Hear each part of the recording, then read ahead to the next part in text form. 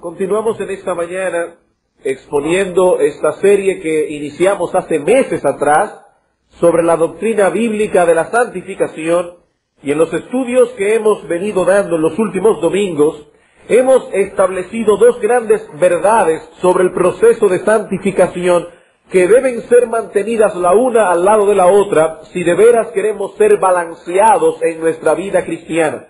Son muchas las verdades que hemos visto en estos meses sobre la santificación, pero estamos hablando de que en los últimos domingos hemos visto dos grandes verdades que deben ser mantenidas la una al lado de la otra si de veras queremos ser balanceados en nuestras vidas cristianas. ¿Cuáles son estas verdades? Bueno, la primera de ellas es que es Dios quien santifica. Es Dios quien santifica. Solo Él tiene poder para santificar el alma de un hombre, la vida de un hombre. En Juan capítulo 15, versículo 1 al 2, dice el Señor Jesucristo: yo soy la vid verdadera, mi Padre es el viñador. Todo pámpano que en mí no lleva fruto, Él lo quitará, y todo aquel que lleva fruto, el pámpano que fructifica, aquel que está vivo en Cristo, Él lo limpiará para que lleve más fruto. Es Dios quien santifica. En Juan capítulo 17, versículo 17, el Señor Jesucristo orando al Padre dice: Padre, santifícalos en tu verdad, tu palabra es verdad. Solo Dios tiene poder santificador. En 1 Tesalónicas 5, 23 al 24, el apóstol Pablo dice: y el mismo Dios de paz, Él os santifique por completo. Solo Dios puede santificar. Por eso los teólogos que diseñaron el Catecismo Menor de Westminster fueron tan cuidadosos al decir que santificación es una obra de la libre gracia de Dios. La santificación es una obra de la libre gracia de Dios. Pero hay otra verdad que debemos mantener al lado de esta si de veras queremos ser balanceados. ¿Cuál es esa verdad? Que así como dice la Escritura que es Dios quien santifica, la Escritura también enseña que Dios santifica a través de ciertos medios que el creyente debe usar responsable y fielmente si de veras desea crecer en santidad. Es Dios quien santifica, pero Él lo hace a través de ciertos medios. Por lo tanto, todo creyente que desee crecer en santidad debe hacer un uso fiel, un uso responsable de todos esos medios que Dios ha diseñado para la santificación del creyente. Por eso en el Nuevo Testamento encontramos numerosos textos que nos hablan de la responsabilidad que tiene el creyente de actuar, de ser activo en su propia santificación. Por ejemplo, en Romanos capítulo 8, versículo 13, dice el apóstol Pablo: mas si por el Espíritu hacéis morir las obras de la carne, viviréis. Noten, si por el Espíritu, en dependencia del Espíritu, vosotros hacéis morir las obras de la carne, viviréis. Colosenses capítulo 3, versículo 5, haced pues morir lo terrenal en vosotros. ¿Quiénes son los que deben hacer morir lo terrenal? Nosotros. Haced morir pues lo terrenal en vosotros. Segunda a los Corintios 7:1, así que amados, puesto que tenemos tales promesas, limpiémonos. Nosotros limpiémonos de toda contaminación de carne y de espíritu, perfeccionando la santidad en el temor a Dios. ¿Quiénes deben perfeccionar la santidad en el temor a Dios? Somos nosotros. Hermano, ¿tienes problemas con esos pecados que todavía moran en ti? ¿Tienes problemas con el mucho hablar? ¿Tienes problemas con el mucho dormir? ¿Tienes problemas con tus apetitos sexuales? ¿Tienes problemas con el mucho comer? La Escritura no nos dice en ningún lado: simplemente ve delante de Dios y ora. No, hermano, la Biblia no dice eso. El apóstol Pablo dice: yo golpeo mi cuerpo y lo pongo en servidumbre. Pablo no dice: vete simplemente y ora. Yo no estoy diciendo que no debemos orar por nuestro pecado. Ya nosotros vimos el lugar que tiene la oración secreta en el proceso de santificación. Todo creyente debe clamar diariamente a Dios: Señor, líbrame del mal, no me dejes caer en tentación. Todo creyente debe orar, clamar delante del trono de Dios por esas cosas. pero somos nosotros los que debemos poner en sujeción nuestros apetitos carnales, al mismo tiempo que oramos, al mismo tiempo que clamamos al Señor. Y no solamente debemos ser responsables en poner en sujeción nuestros apetitos carnales, sino que somos nosotros también quienes debemos desarrollar esas características que son esenciales en la vida cristiana. El apóstol Pedro dice en la segunda carta, capítulo 1, versículo 5, vosotros también por esto mismo añadid a vuestra fe virtud, a la virtud conocimiento, al conocimiento dominio propio, al dominio propio paciencia, a la paciencia piedad, a la piedad afecto fraternal, etcétera, etcétera. Dice el apóstol Pedro, vosotros poned toda diligencia en añadir esas virtudes a vuestra vida cristiana. Así que, hermanos, es Dios quien santifica. Pero por el otro lado, Él lo hace a través de medios que todo creyente debe usar responsable y fielmente. Y esos medios podemos dividirlos en dos grandes categorías, generales. Por un lado, tenemos aquellos medios que ocurren en el contexto de nuestra relación con la iglesia y que en estos estudios hemos llamado medios corporativos.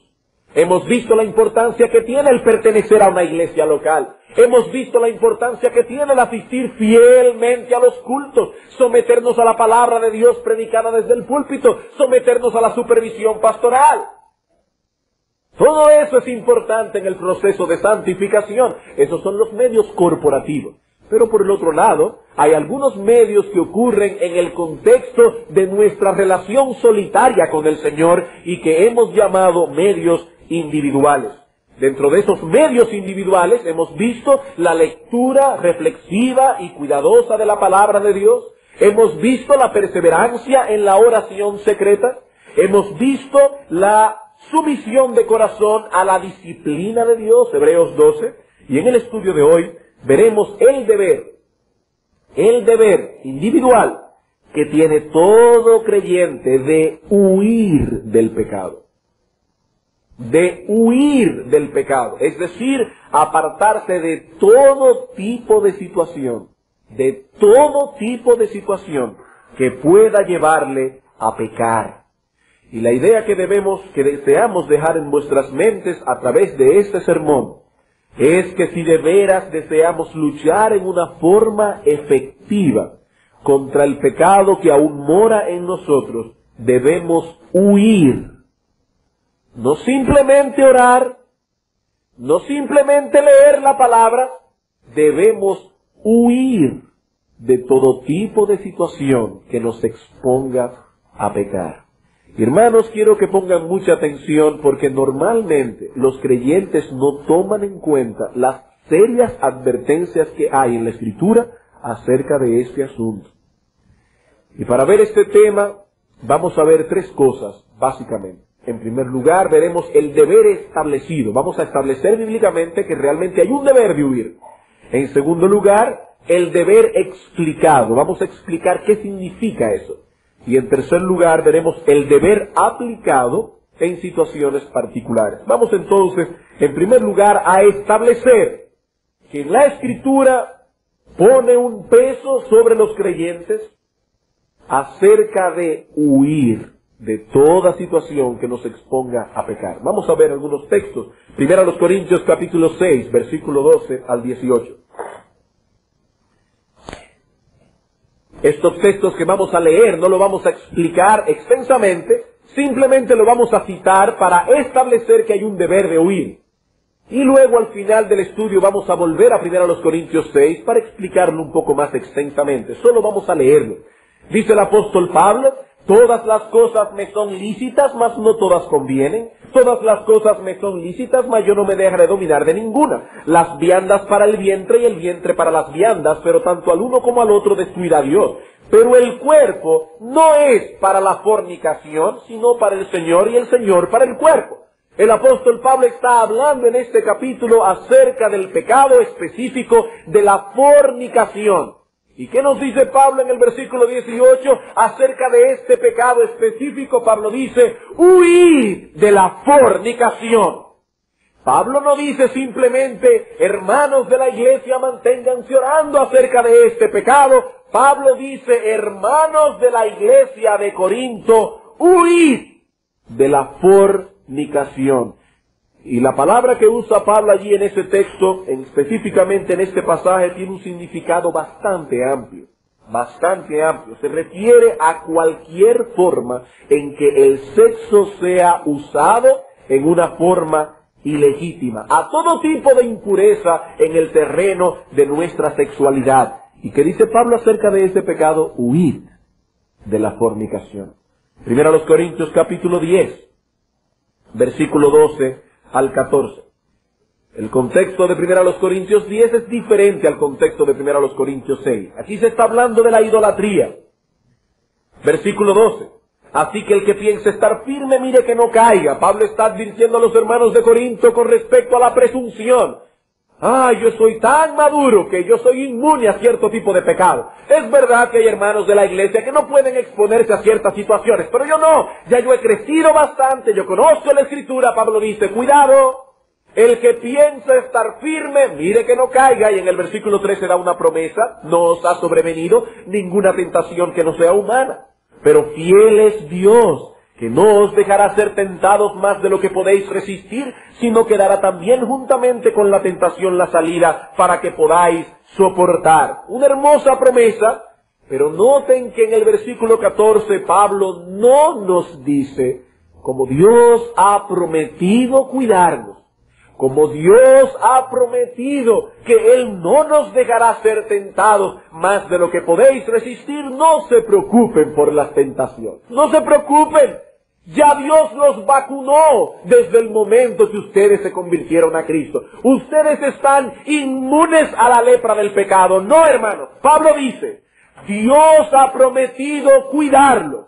Dios ha prometido no dejar que ninguna tentación más fuerte que ustedes vengan a vuestras vidas. Pero precisamente por eso, amados míos, huid de la idolatría. Huid. Pablo no dice Dios ha prometido cuidarles, no se preocupen. No. Dios ha prometido cuidarlos y precisamente amparados en esa promesa de Dios, salgan huyéndole a la idolatría. Huid de la idolatría. La promesa de Dios ha de ser más bien un estímulo para nosotros de usar el poder que Él ha puesto a nuestra disposición para huir del pecado.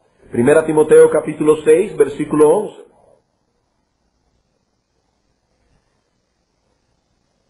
Primera Timoteo capítulo 6, versículo 11.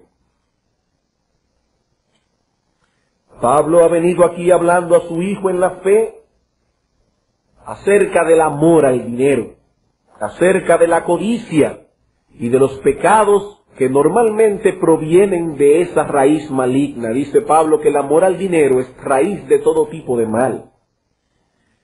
¿Y qué dice ahora a Timoteo en el contexto de esas exhortaciones acerca del amor al dinero, acerca de la codicia? Pablo dice, versículo 11, mas tú, oh hombre de Dios, huye de estas cosas y sigue la justicia, la piedad, la fe, el amor, la paciencia, la mansedumbre. Pablo dice, Timoteo, huye de esas cosas. Y noten que Pablo le llama a Timoteo hombre de Dios. Y cuando Pablo usa la frase hombre de Dios en las cartas pastorales, está hablando de un hombre que se ha dedicado por entero a Dios. Está hablando de un ministro. Y Pablo dice, tú, oh hombre de Dios, pastor de la iglesia en Éfeso, delegado apostólico, no pienses que por ser ministro del Evangelio, no pienses que por haber alcanzado esa posición, eres inmune al pecado del amor al dinero. Y si Pablo le está diciendo eso a un ministro del Evangelio, Pablo le está diciendo eso a un delegado apostólico que vivía al lado del apóstol Pablo, ¿cuánto más no nos dirá lo mismo a nosotros? Pablo dice, Timoteo, eres un hombre de Dios, huye de esas cosas. Nadie puede amar el dinero y no ser al mismo tiempo traspasado por todo tipo de mal. Nadie, absolutamente nadie. Segunda Timoteo, capítulo 2, versículo 22.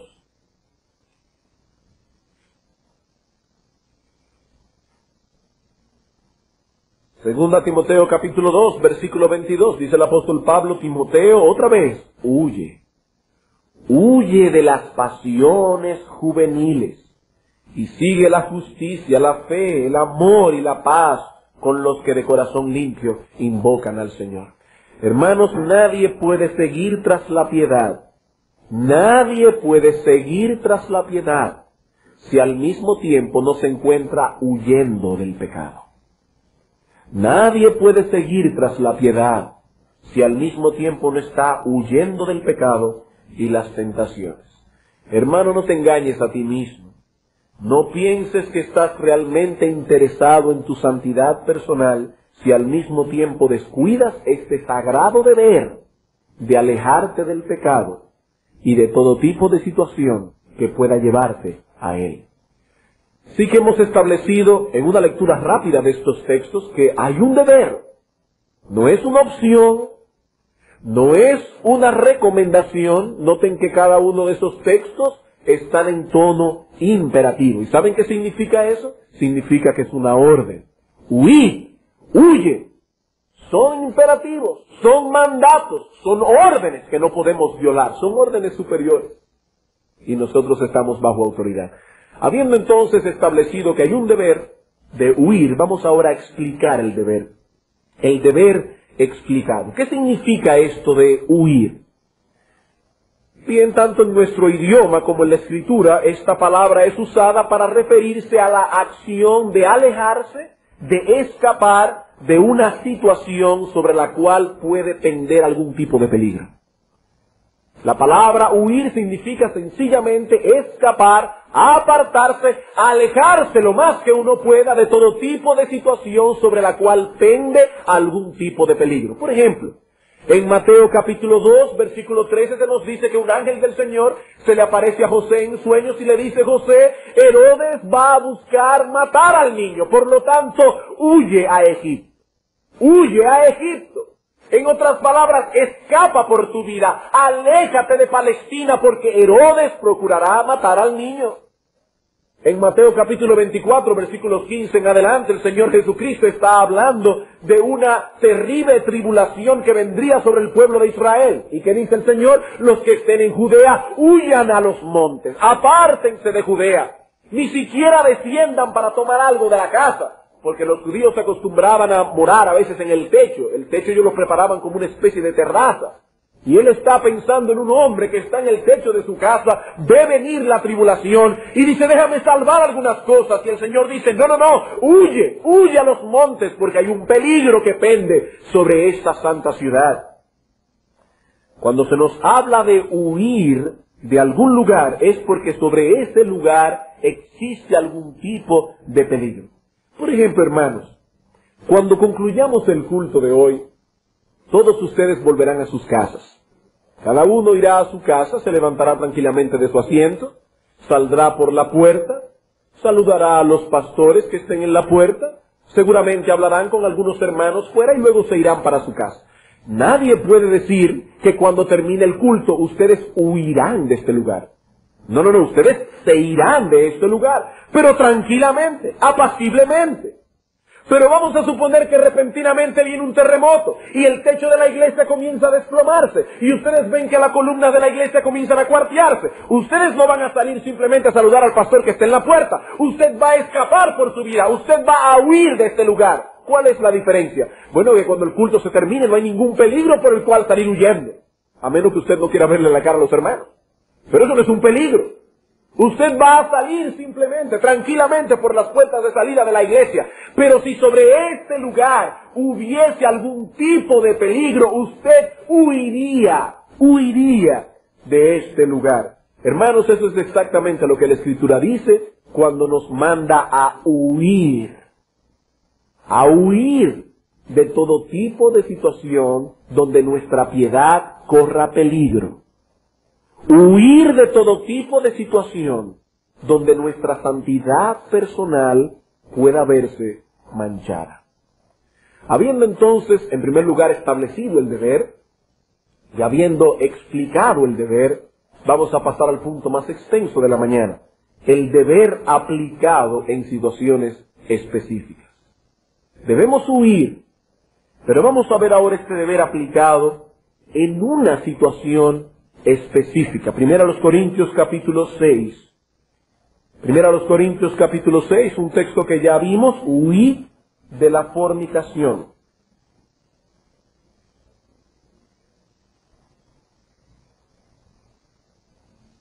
Alguien puede estarse preguntando, ¿y por qué razón vamos a elegir específicamente este texto y no otro, donde se hable, por ejemplo, de huir de la idolatría o de huir de la codicia? Una de las razones por las que es saludable enfocar el tema a la luz de este pasaje específico es el hecho de que nuestra sociedad se encuentra moralmente en una situación similar a la que se encontraba la ciudad de Corinto cuando el apóstol Pablo escribió esta carta. Hermanos, nosotros vivimos en una sociedad que abusa, tergiversa y pervierte todo lo relacionado con nuestra sexualidad. Vivimos en una sociedad que abusa, tergiversa y pervierte todo tipo de cosas relacionadas con nuestra sexualidad, la cual de paso Dios creó y regula en su palabra. Dios creó nuestra sexualidad. Y como creador que Él es de esa área de nuestra vida, Él también la regula en su palabra. Hermanos, Dios creó el sexo, no solo para que podamos tener hijos, no. Dios creó el sexo también para nuestro deleite y como un medio de unir a un hombre y a una mujer como esposos que son. Dios creó eso. Por tanto, hermanos de la iglesia, el sexo es santo, es beneficioso, pero solo cuando ocurre en el marco de lo que Dios ha dicho acerca de ese tema en su palabra. Y que nadie se pregunte en esta mañana, ay, ¿por qué razón van a tocar esto públicamente? Porque el apóstol Pablo escribió una carta, y en varias cartas habla de eso públicamente a los hermanos de la iglesia, en ocasiones donde habían niños presentes en la iglesia. Y si el apóstol Pablo no tuvo ningún reparo en ese sentido, nosotros tampoco, porque él fue inspirado por el Espíritu Santo. Hermanos y amigos, aparte de ese marco que Dios ha creado, el sexo es pecaminoso, maligno y destructivo. Y estos hermanos de la iglesia de Corinto, por la sociedad en la cual se estaban moviendo, corrían un grave peligro en ese sentido, y por esa razón el apóstol Pablo ve importante regular y dar algunas directrices al respecto en esta carta. Y para considerar este tema del deber explicado o aplicado, en esta área específica haremos dos cosas básicamente. En primer lugar, veremos algunas explicaciones rápidas del texto, no podemos expandir mucho en el texto porque es bastante extenso. Y en segundo lugar vamos a dar algunas enseñanzas o aplicaciones prácticas. Vamos a explicar el pasaje, 1 Corintios capítulo 6, versículo 12 al 20. El apóstol Pablo está hablando a estos hermanos de huir del pecado, de la fornicación, y para poder impactar la mente de estos hermanos, lo primero que establece el apóstol Pablo en este pasaje son algunos hechos respecto al cuerpo del creyente, respecto al cuerpo físico del creyente. Si ellos comprendían esas verdades, tendrían buenas armas espirituales para luchar contra el pecado de la fornicación. ¿Y cuál es la primera verdad que establece el apóstol Pablo con respecto a nuestros cuerpos? Versículos 12 y 13, que nuestros cuerpos no fueron creados para la fornicación, sino que nuestros cuerpos fueron creados para el servicio del Señor. Todas las cosas me son lícitas, mas no todas convienen. Todas las cosas me son lícitas, mas yo no me dejaré dominar de ninguna. Las viandas para el vientre y el vientre para las viandas. En otras palabras, las viandas es la comida. ¿Para qué se hizo la comida? ¿Para adornar la casa? ¿Para frotársela en el cuerpo? No. La comida se hizo para que usted se la coma y a través del aparato digestivo llegue al vientre. Entonces, ¿para qué se hizo el vientre? Para recibir la comida y procesar el alimento. Entonces los hermanos de la iglesia de Corinto decían esto, no los hermanos, la sociedad pagana. Bueno, las viandas para el vientre para las viandas, los órganos sexuales para el sexo. Dice Pablo, no. Esa analogía no es correcta. Es verdad que las viandas son para el vientre para las viandas, pero tanto al uno como a las otras destruirá Dios. Pero el cuerpo completo, El cuerpo completo de la cabeza a los pies no es para la fornicación, sino para el Señor y el Señor para el cuerpo. Dice Pablo, lo primero que tenemos que dejar claramente establecido es que Dios creó nuestros cuerpos completos como un instrumento de su gracia para que nosotros podamos servirle a Él primariamente. En segundo lugar, dice Pablo, y ese cuerpo está destinado para un fin glorioso. Versículo 14. Y Dios que levantó al Señor, también a nosotros nos levantará con su poder.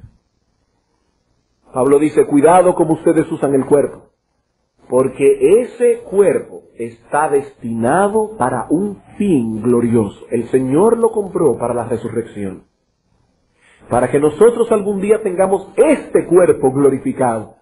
Hermanos, que nadie piense que usted va a resucitar con otro cuerpo. Si a usted no le gusta la cara con la que nació, no se vaya a creer que en la eternidad usted va a tener otra cara. Es ese cuerpo suyo el que será glorificado. Y el apóstol Pablo dice, Dios levantará nuestros cuerpos. Este cuerpo está destinado a un fin glorioso. ¿Cómo lo van a usar? Para la fornicación. Y algo más, versículo 15 en adelante. Este cuerpo está vitalmente unido a Cristo. ¿No sabéis, versículo 15, que vuestros cuerpos son miembros de Cristo? ¿Quitaré pues los miembros de Cristo y los haré miembros de una ramera? De ningún modo. ¿O no sabéis que el que se une con una ramera es un cuerpo con ella? Porque dice la Escritura que los dos serán una sola carne. Pero el que se une al Señor, un espíritu es con Él. Así que este cuerpo no solamente es para el Señor, no solamente está destinado a la resurrección, este cuerpo está vitalmente unido al Señor Jesucristo.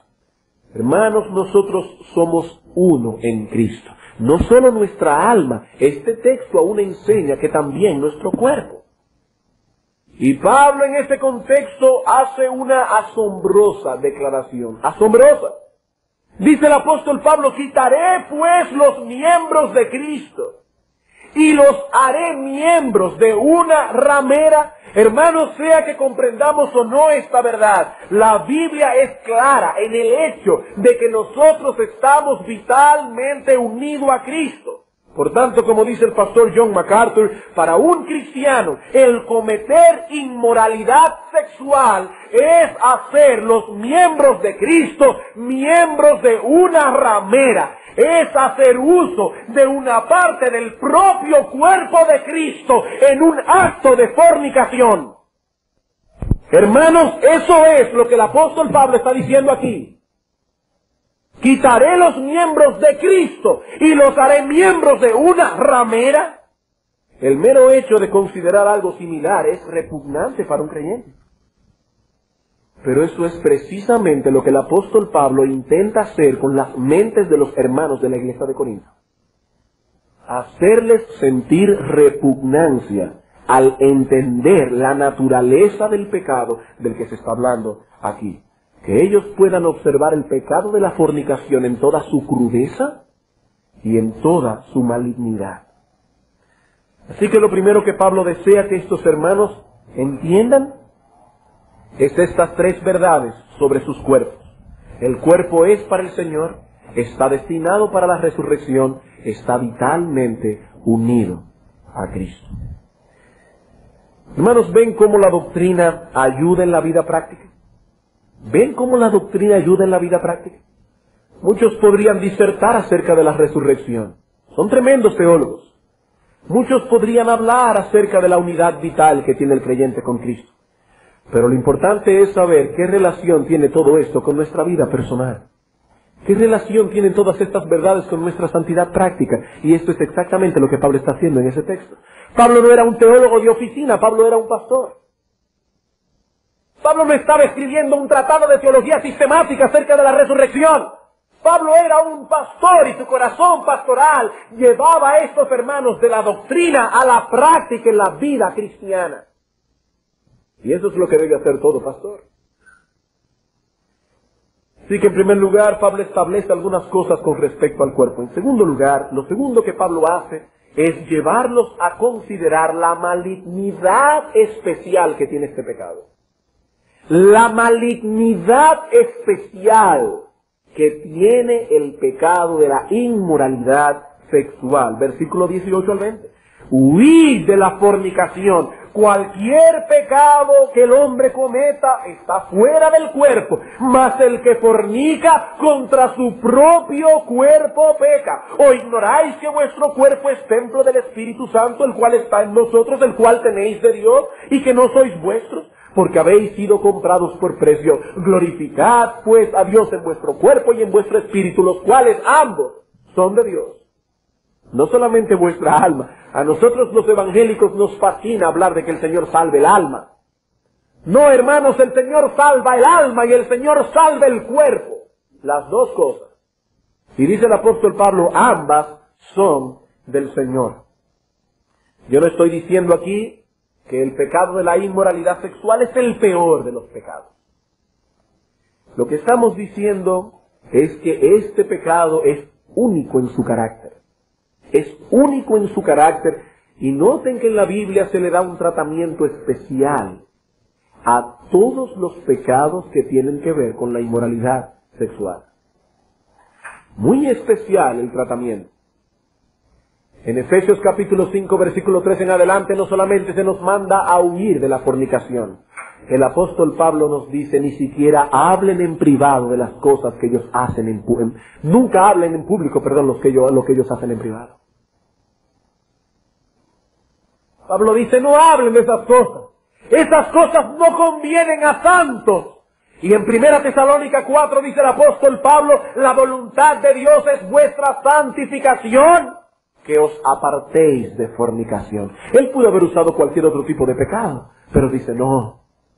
La voluntad de Dios es vuestra santificación, apártense de fornicación. ¿Y por qué este pecado es tan maligno? En primer lugar, hermanos, porque este es el pecado más autodestructivo que existe. Porque este es el pecado más autodestructivo que existe.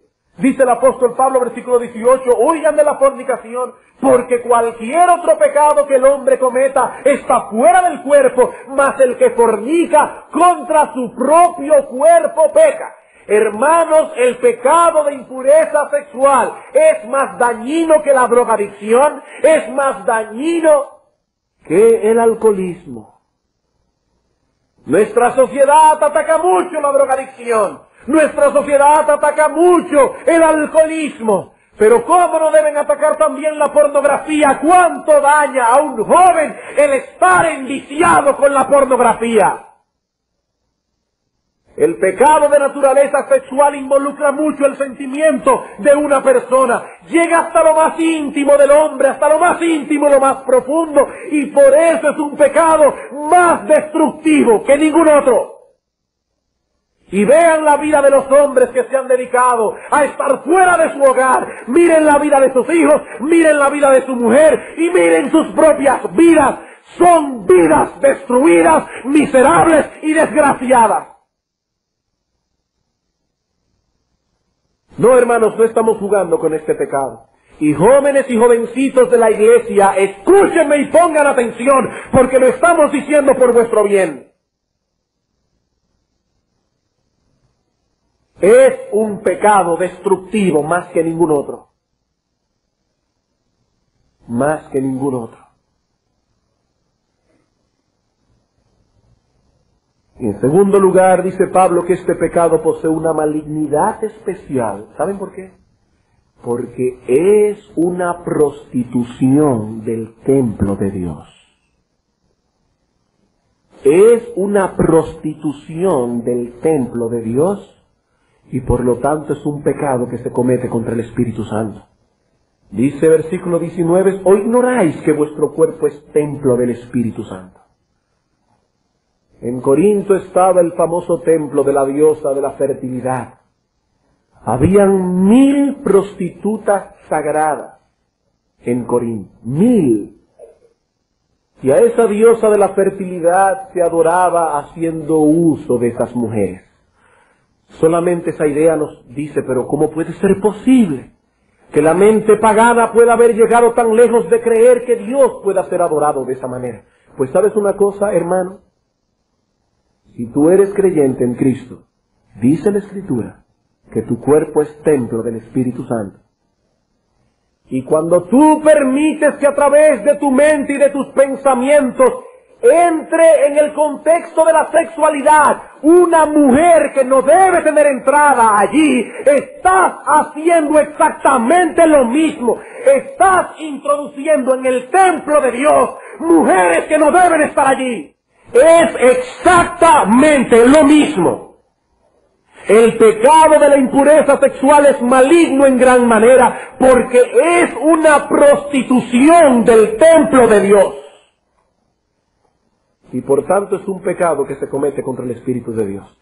Y yo no estoy hablando del pecado imperdonable. Yo no estoy hablando de la blasfemia del Espíritu Santo. Estamos hablando de que ese pecado atenta contra el Espíritu de Dios, que habita en nuestros cuerpos. Y en tercer lugar, dice el apóstol Pablo que posee una malignidad especial por cuanto se trata de una negación del propósito de la redención. Dice el versículo 20, porque habéis sido comprados por precio. ¿Y para qué Dios los compró? Para que glorifiquen a Dios en vuestro cuerpo y en vuestro espíritu, porque ambos son de Dios. Y cuando yo uso cualquier órgano de este cuerpo para un fin impuro, yo estoy negando el propósito de la redención. Y hermanos, es precisamente en medio de esta enseñanza que Pablo advierte a los corintios, huid de la fornicación. Y es interesante notar eso, es interesante notar eso. El apóstol Pablo nos ha dicho, he aquí lo que Dios intenta con vuestro cuerpo, he aquí la malignidad especial de ese pecado, pero ahora dice, huid, huid. ¿Y saben qué nosotros aprendemos de eso? Nosotros aprendemos, hermanos, que la comprensión, oigan bien, la comprensión de estas verdades que Pablo ha desarrollado aquí sobre nuestros cuerpos y sobre la malignidad especial de ese pecado, no te servirán de nada si no huyes de la fornicación. Pablo está diciendo, aprendan lo que dice Dios del cuerpo, aprendan lo que dice Dios acerca de la malignidad de ese pecado, pero créanme, hermanos, si ustedes no huyen de la fornicación, el conocer esas verdades no te servirán de nada si no huyes de la fornicación. Pablo dice, no basta con conocer estas cosas. Huyan, escapen, aléjense de cualquier situación que te pueda exponer a cometer ese tipo de pecado. Huid de la fornicación. Y por otro lado, podemos deducir del texto que si nosotros realmente creemos lo que Dios ha dicho de nuestros cuerpos, si nosotros realmente creemos lo que Dios ha dicho acerca de la malignidad de ese pecado, si realmente lo creemos, vamos a demostrarlo huyendo de la fornicación. Huyendo. Nadie me puede decir a mí que crees realmente que el negro eterno mata si después se lo toma como si fuera un frío. Si usted realmente cree que ese negro eterno le va a hacer daño, que es un veneno, usted no se lo va a tomar, porque usted realmente ha creído, ha entendido que eso es destrucción para su alma. Bien, algunos pueden estarse preguntando, ¿y qué significa todo esto en la práctica? Ya me he dado cuenta de la importancia que tiene el huir en sentido general del pecado y huir más específicamente de la fornicación. Pero ¿qué significa este huir para mí? Vamos a ver algunas aplicaciones prácticas para concluir. Primera aplicación, vamos a hacer 4 aplicaciones que vamos a dar rápidamente. Primera aplicación. Huir de la fornicación significa que cuando nos encontremos involuntariamente, en una situación propicia para que surja esta tentación, huir de la fornicación significa que debemos seguir el patrón de José, tal como nos relata la Biblia en Génesis capítulo 39. Vamos allí por un momento para ver el ejemplo de este joven piadoso, José, hijo de Jacob. Cuando nos encontremos involuntariamente en una situación propicia para que surja esta tentación, en ese tipo de situaciones donde fácilmente surgen estas tentaciones, huir de la fornicación significa seguir el ejemplo de José. Y antes de considerar este pasaje, es importante recordar las circunstancias que llevaron a José a este lugar, porque noten que estamos diciendo cuando te encuentres involuntariamente. José no se le apareció a la casa de Potifar buscando trabajo. ¿Ustedes recuerdan la historia? Él no llegó allí voluntariamente. José no llegó allí por su propio pie. José llega a la casa de Potifar vendido como esclavo. José no tenía opción de estar allí o de no estar. Él no tenía opción. Eran otros tiempos. José no podía decirle a Potifar, renuncio del trabajo, me voy a ir a otra casa de Egipto a trabajar. No, él no tenía opción. Era un esclavo. Él no podía estar en otro lugar que no fuese en la casa de Potifar. ¿Y qué sucede con José? Bueno, como era un hombre piadoso, un joven piadoso, José era responsable en su trabajo. No como muchos que llegan tarde siempre dando excusas porque duermen muchísimo, no. José era un joven responsable en su trabajo. Y su responsabilidad lo llevó a ser inmensamente apreciado en la casa de Potifar. Noten el versículo 6. Dice, dejó todo lo que tenía en mano de José, y con él no se preocupaba de cosa alguna, sino del pan que comía. Era un joven responsable. Pero José no solamente era responsable, sino que nos dice el texto también que José era de hermoso semblante y bella apariencia. José era joven y era hermoso. Y tan hermoso era que cuando José llega a la casa de Potifar, su esposa pone sus ojos en él. Y su esposa, la Biblia no nos dice si era joven o no, la Biblia no nos dice si era bella o no, pero sí nos dice la Escritura que esta mujer comenzó a importunar a este joven diciéndole, duerme conmigo. Noten, hermanos, que José era completamente inocente en esta situación. Él no se había procurado estos problemas y su inocencia quedó claramente probada por la manera en que él reacciona ante el avance perverso de esta mujer. Versículo 8. Y él no quiso y dijo a la mujer de su amo, he aquí que mi señor no se preocupa conmigo de lo que hay en esta casa, y ha puesto en mi mano todo lo que tiene. No hay otro mayor que yo en esta casa, y ninguna cosa me ha reservado sino a ti por cuanto eres su mujer. ¿Cómo pues haría yo este grande mal? Y noten la conciencia sensible de este hombre, y pecaría contra Dios. José no dijo pecaría contra Potifar. Él dijo, ¿cómo haría yo este gran mal? Y pecaría contra Dios. Hablando ella a José cada día y no escuchándola él para acostarse al lado de ella para estar con ella. Aconteció que entró él un día en casa para hacer su oficio. José no sabía nada. Fue algo providencial. No había nadie de lo de la casa allí. Y ella lo asió por su ropa diciendo, duerme conmigo. Entonces él dejó su ropa en las manos de ella y huyó y salió. Y nosotros conocemos el resto de esta historia. Cómo esta mujer llegó a mentir y a culpar a José. Y cómo José fue injustamente echado en la cárcel por varios años. Pero hermanos, todo el tiempo que José estuvo metido en una cárcel en Egipto y tuvo mucho tiempo, ese hombre estaba allí entre barrotes, pero con su conciencia tranquila delante de Dios y delante de los hombres. Su conciencia no lo atormentaba. José seguramente podía dormir como un bebé en la cárcel de Egipto, porque él tenía buena conciencia delante de Dios y delante de los hombres, porque él huyó de la fornicación. huyó de la fornicación. ¿Ven, jóvenes, lo que significa huir de la fornicación a través del ejemplo de José?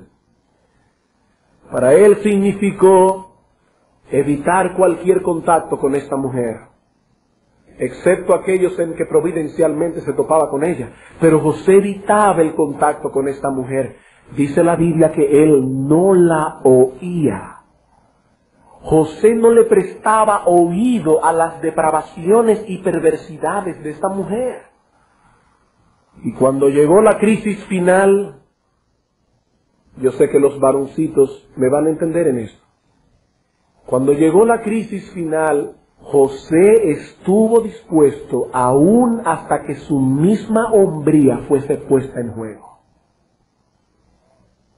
Su misma hombría. A él no le importó lo que esta mujer depravada pudiese pensar de él, aún acerca de su virilidad. José huyó de la fornicación. Él sabía que esa mujer representaba la ruina y la destrucción de su alma. Eso es lo que significa huir de la fornicación. Jóvenes de nuestra iglesia, ¿qué significa esto en tu situación particular? Porque seguramente muy pocos, o tal vez ninguno aquí, pase por una experiencia igual a la que pasó José. Pero todos ustedes asisten a colegios. Los mayores aquí que están en colegios no están en el colegio Cristiano Logos. Están en colegios llenos de mujeres impías. Y el hecho de que estén en colegio Cristiano Logos tampoco nos dice que hayan muchos cananitas allí. El colegio Cristiano Logos no está preservado tampoco de eso. Ustedes asisten a colegios, asisten a universidades, asisten a trabajos donde se van a topar vez tras vez con mujeres desvergonzadas que van a tratar de rendirlos con la suavidad de sus palabras, con una mirada sugerente, vez tras vez, vez tras vez. Hermano, no te dejes engañar por tu depravado corazón, permitiendo que esa situación se prolongue con la excusa de que tal vez el Señor te dé la oportunidad de predicarle su palabra. No permitas que tu depravado corazón te engañe, diciendo tal vez esta pobre y miserable mujercita, ella podrá ser salvada por el poder del Evangelio. ¡No! La Biblia dice, huye de la fornicación. Proverbios capítulo 5.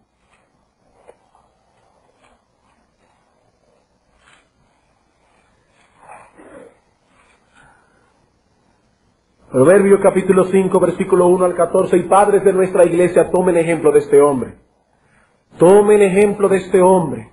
Este hombre en una forma santa, clara y escritural, llamó a su joven hijo y le dijo, hijo mío, está atento a mi sabiduría y a mi inteligencia, inclina tu oído para que guardes consejo y tus labios conserven la ciencia, porque los labios de la mujer extraña destilan miel y su paladar es más blando que el aceite, etcétera. Este hombre no dice, no, yo no puedo, a mí me da rubor cuando yo le hablo a mi hijo de esas cosas. No, hermanos, cuando tu hijo te haga una pregunta relativa a este tema, respóndele lo que te está preguntando cuando te lo pregunte y usa palabras y terminologías apropiadas, porque Dios y la sociedad se han encargado de ponerle nombres a las partes del cuerpo. Y es tu deber como padre coger a tu hija, coger a tu hijo e instruirlo en esas verdades, para que no la aprendan de mala manera por otro lado.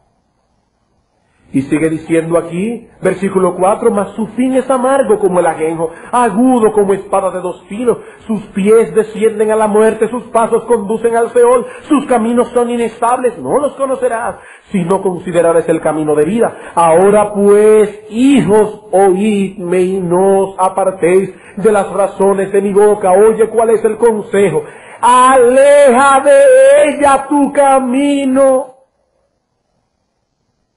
y no te acerques a la puerta de su casa. ¿Cuál es el consejo bíblico? Predícale el Evangelio. Hazte más amigo de ella para que puedas entonces tener un lugar en su corazón y así poder ganártela para Cristo. No, la Biblia dice, aléjate de ella.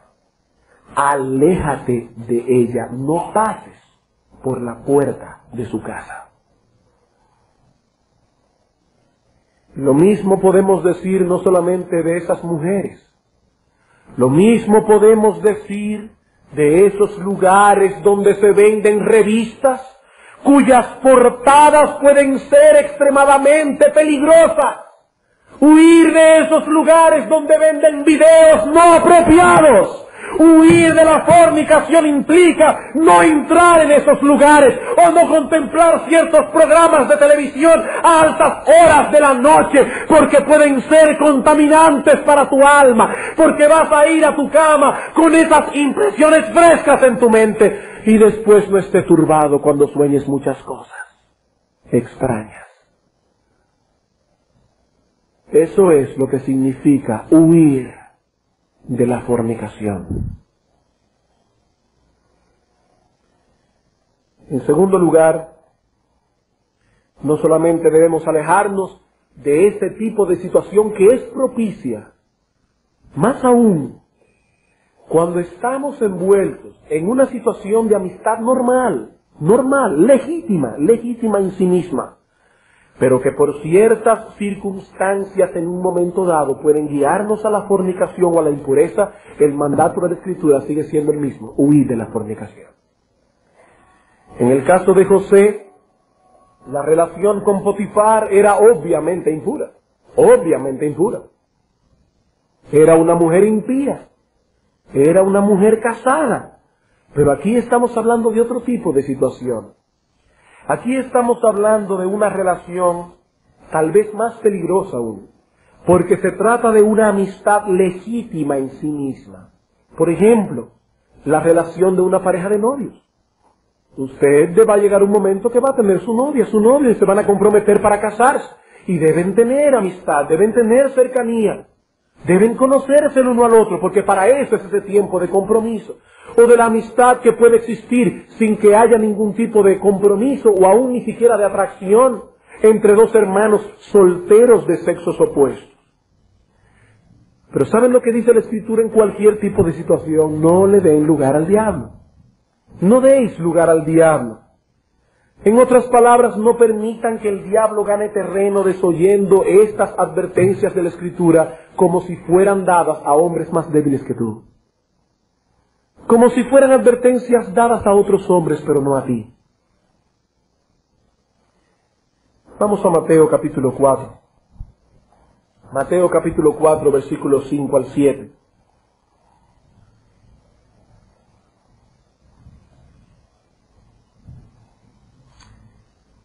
Dice que el diablo llevó a Jesús a la santa ciudad, le puso sobre el pináculo del templo, versículos 5, 6, y le dijo: si eres hijo de Dios, échate abajo, porque escrito está: a sus ángeles mandará acerca de ti, y en sus manos te sostendrán, para que no tropieces con tu pie en tierra.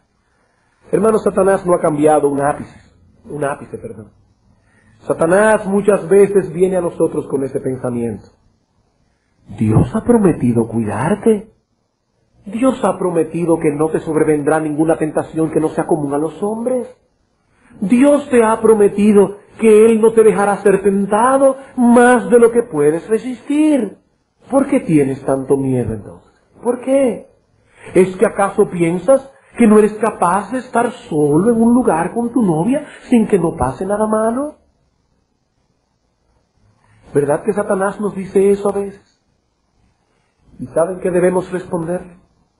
Lo mismo que respondió Cristo.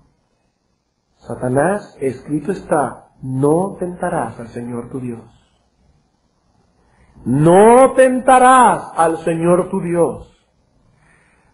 Pastor Martin cuenta la historia de un joven adolescente cuyo padre se negó en un momento dado a prestarle su carro para ir a cierto lugar que podía significar cierto peligro, y el padre le dijo: no.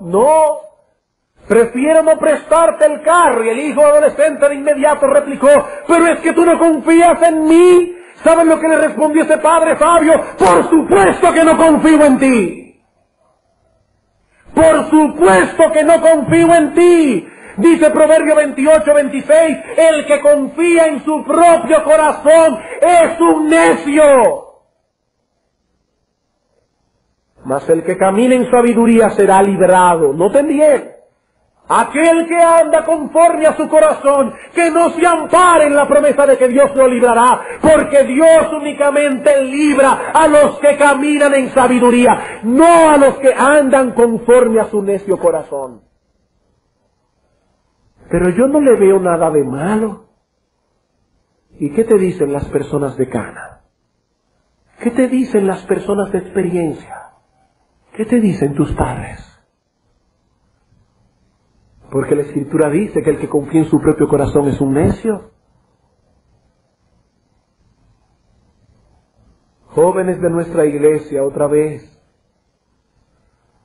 Jóvenes, es por vuestro bien que les decimos constantemente, hermanos que están siendo novios, que se están conociendo, no anden solos de noche en un carro, no se expongan a esas cosas, no se queden solos en una casa, no se aparten a lugares solitarios, es por vuestro bien. Y no pienses que tú estás vacunado, no pienses que eres inmune, no pienses que es un asunto cultural, es por tu bien. Ella es una mujer, tú eres un hombre. ¿Qué tanto en ti insisten con eso? Hermanos, es por vuestro bien.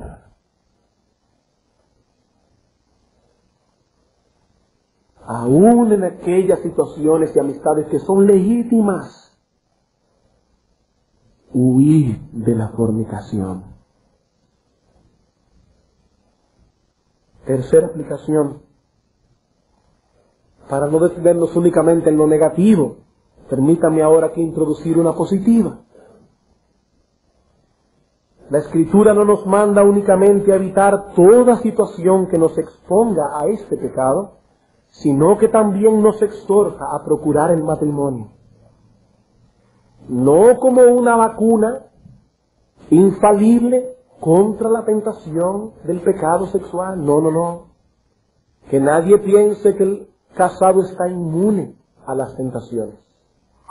Lo que estamos diciendo y lo que dice la Escritura es que hay una gran ayuda, un gran medio de la gracia del Señor en el matrimonio que nos ayuda a vencer el pecado de la fornicación. Por eso en 1 Corintios capítulo 7, versículo 1 y 2, el apóstol Pablo dice, pero por causa de las fornicaciones, cada uno tenga su propia mujer, cada una tenga su propio marido.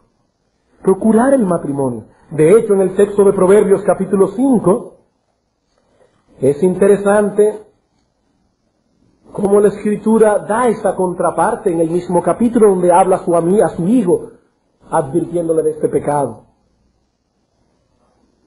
Una de las cosas que me gustan de la Biblia es la claridad con que trata todos los temas referentes a la vida del ser humano. Me gusta eso. ¿Y qué dice Proverbios 5:15 en adelante?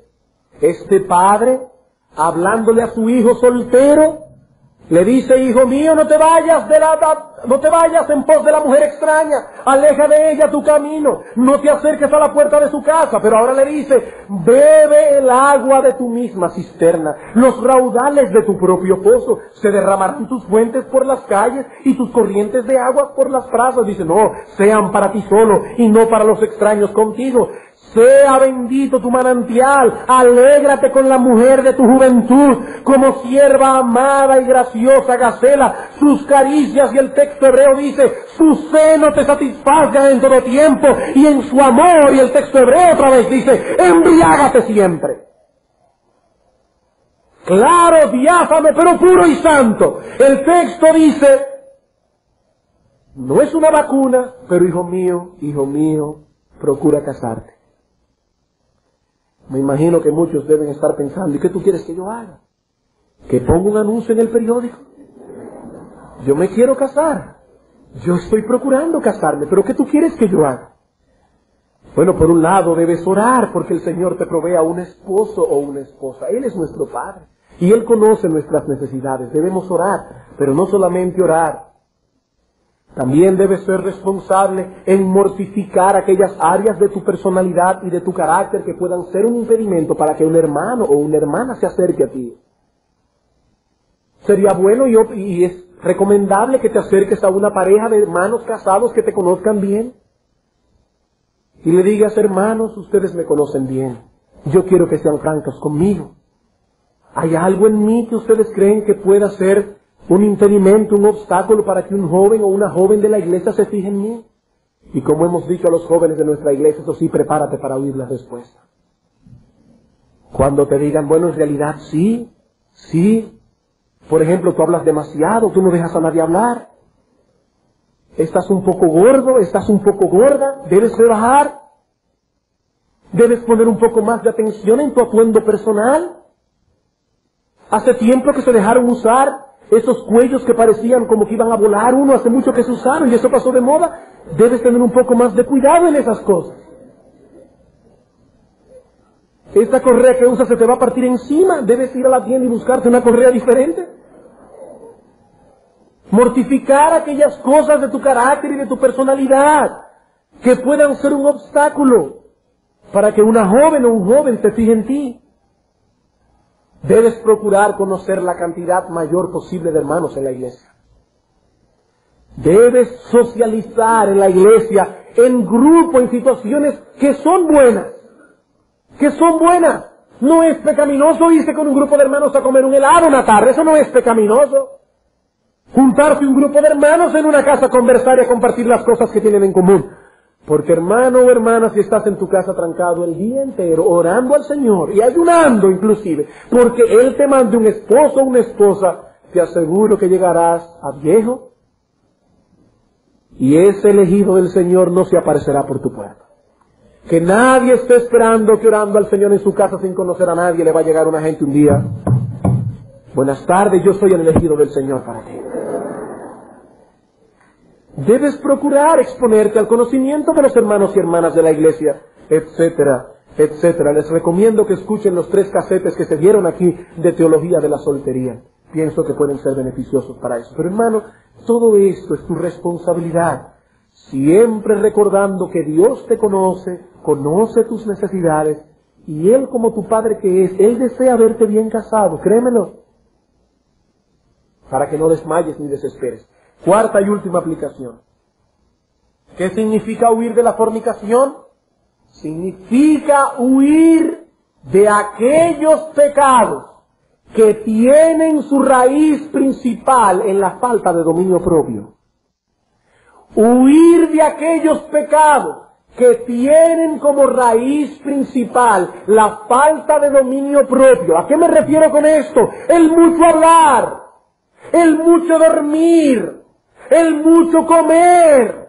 Una persona que no puede controlar sus apetitos y sus deseos y tenerlos bajo sujeción en esas áreas, tampoco podrá controlarlos en esta otra. ¿Saben cuál fue el pecado de Sodoma y Gomorra? ¿Saben cuál fue el pecado de Sodoma y Gomorra? ¿Qué fue lo que llevó a estos hombres y a estas mujeres a un pecado tan horrible y tan perverso que Dios tuvo que quemar ese pueblo? Dice el profeta Ezequiel: he aquí que esta fue la maldad de Sodoma. ¿Saben cuál? Soberbia, saciedad de pan y abundancia de ociosidad. Ese fue el pecado de estos hombres y mujeres. Abundancia de pan, no controlaban el vientre, eran personas ociosas, dormían demasiado. Y padres que están en nuestra iglesia que tienen niños pequeños, eduquen a sus hijos desde pequeños a tener dominio propio. Niño, niña, ya es suficiente, no debes comer más. Es demasiado chocolate, es demasiado arroz, es demasiado helado, se acabó. No debes comer más. Hay que enseñar a los niños desde pequeños a tener dominio propio. Es hora de levantarse de la cama. No puede ser que a las 8 de la mañana estén allí todavía ociosos como si fueran osos invernadero. Y sobre todo,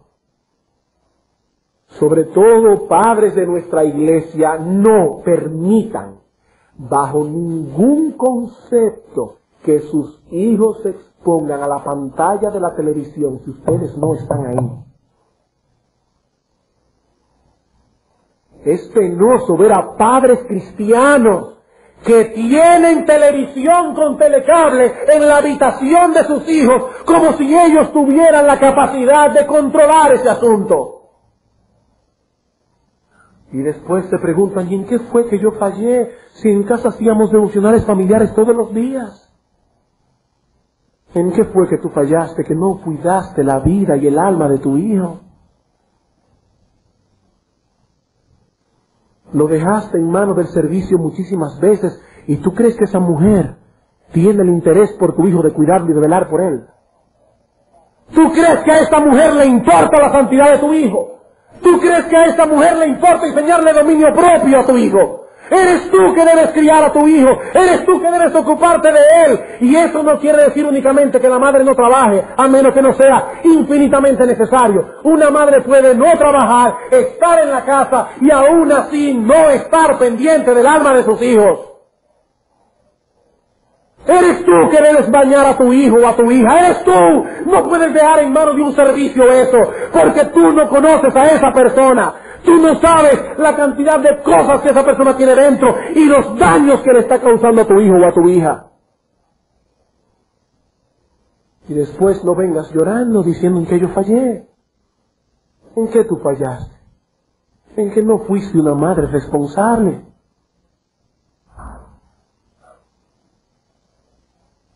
En conclusión, y excúsenme de verdad que me he extendido un poco,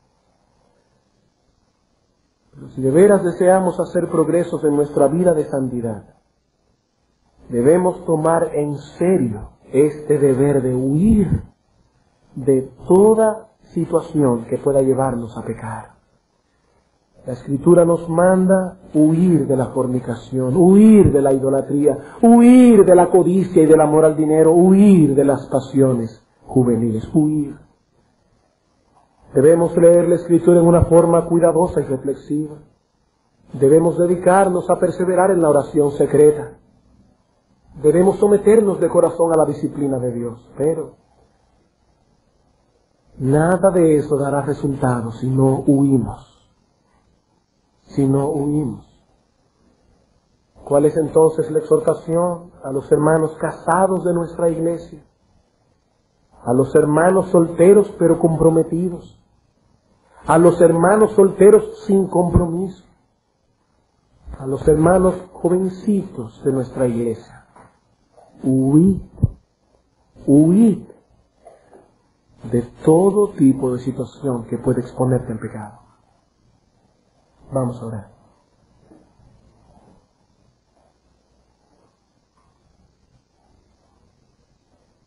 Soberano Señor y Dios Todopoderoso que estás en los cielos, venimos delante de ti en este momento una vez más para suplicarte que estas palabras puedan grabarse, oh Señor, en el corazón, el alma, las conciencias de nuestros hermanos en la iglesia.